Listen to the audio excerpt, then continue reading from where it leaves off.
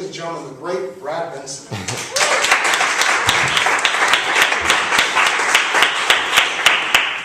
Hey everybody. So I grew up about 30 minutes outside of Pittsburgh, Pennsylvania. Not quite rural, but pretty much suburban. But my house was a former golf course. It was a golf course in like the mid-1900s. So our house was the clubhouse, and eventually around like when I was 6 or so, my parents bought what was the former golf course. So I grew up on 64 acres of land, which was a pretty awesome thing. But it was also a lot of work. We maintained about half of it, so that meant that my grandfather, my sister, my brother, and eventually myself would spend days mowing lawn on 3 riding mowers, which would, and then you'd have to do it all over again 2 to 3 weeks later. And my dad, being the person that he was, the way that our house was situated, it was on a main road, and there was 5 other houses around us, and there was housing plants all around that, but we were not specifically in a housing plant. And the way my dad's always been is he volunteered our services to all of our immediate neighbors to cut their grass too, and in the winter to shovel their snow, which again we liked to do, but it was even more work. My father had pretty much 2 mantras in life, and one was you do what you should and don't complain, and the other is you get what you need, not necessarily what you want. So we eventually met, would meet all of our neighbors, would do all this stuff over and over again. And in doing so, we met one of our neighbors whose name was Rosemarie. Her husband had passed away. She was probably in her early 70s. And she was the type of person who, when she would do her own yard work, she would stick little plastic flowers in the shrubbery to kind of brighten it up a little bit, which is eccentric, but also very endearing. And we especially had a special connection with her. My grandparents lived in Pittsburgh proper, so they were about 30 minutes away. So I saw them often, but they weren't right down the street.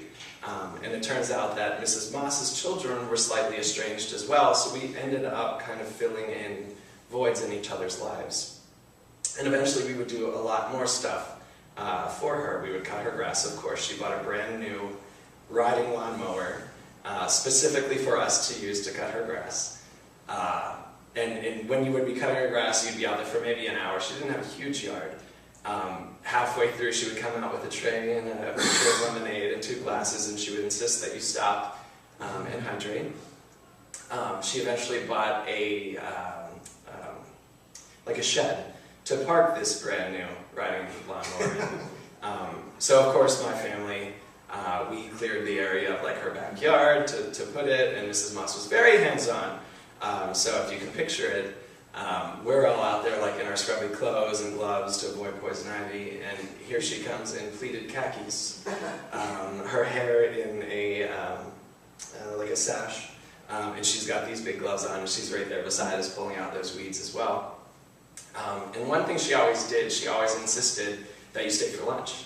So she would, even if you weren't hungry, she would make a sandwich, there'd be a glass of milk, and she would sit there at the kitchen table with you and tell stories. And show you things. And there's one vivid moment that I remember in particular, which was she had a photo album and she pulled it out, and there was a picture of her.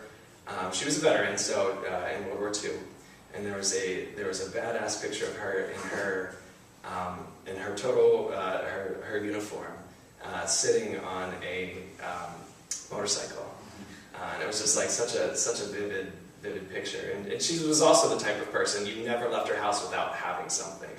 If you liked a clock or you liked a book that she had, you took it home.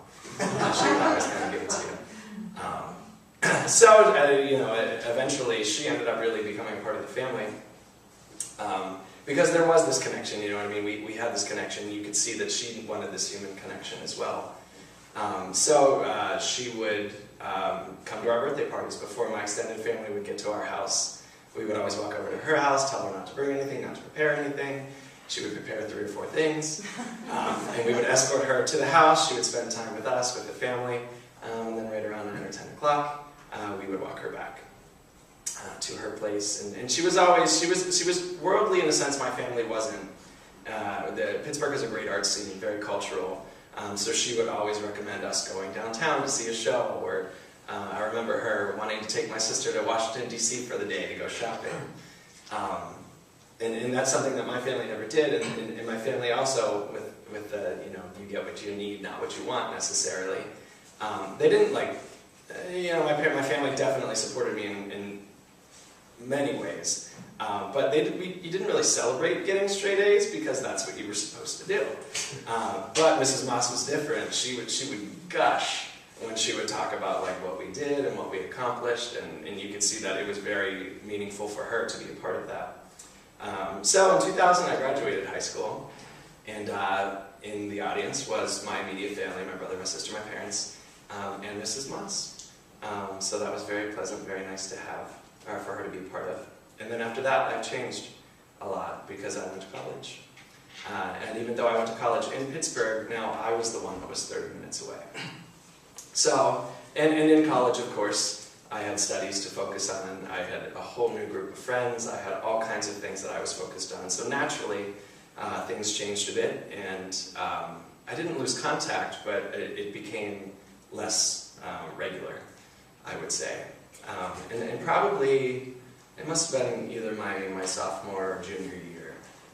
My mom would call Mrs. Moss at least once a week just to kind of check out, make sure everything's good, and my family continued to do stuff for her. But there was a period where we didn't hear from her. So my mom went to investigate and knocked on her door, and she had found her. She was still there, but she was sick and she knew that something was wrong. So my mom went with her to the doctor, and it turned out that she had developed cancer, and it was a pretty aggressive form of cancer. So within 2 months she had passed. And I don't really remember the funeral. I don't even remember if there was one. Again, my dad always said, you do what you should, and one of the things that he was very adamant on is that you always go to the funeral, you always pay your respects. So I'm sure if there was one, I was there, but I can't remember specifically if there was. And when I still go back home, my whole family still lives in Pittsburgh, and things have changed, of course, as everything does. My family has sold the golf course. There's now 100 home housing planned there, so that's pretty different. Lots of new families. But the one thing that hasn't changed is that her house is still there, so I drive past it every time I go home. And I think about the impact that she's had on my life, and what she instilled in me in an appreciation for arts, and specifically for just that meaningful, simple connection with someone. And that's something that I carry to this day with me. And when I think of, or when I'm presented with anything about World War II, or history, or time passing, I do think of my grandparents, but I also think of Mrs. Moss. And it's not a sense of guilt, but there's just a lot of stories that I didn't hear, and a lot of questions that I didn't get to ask, and I probably won't. So I'll never have the full story. But I guess that's life, and I guess sometimes life gives you what you need, and not always what you want. Thank you.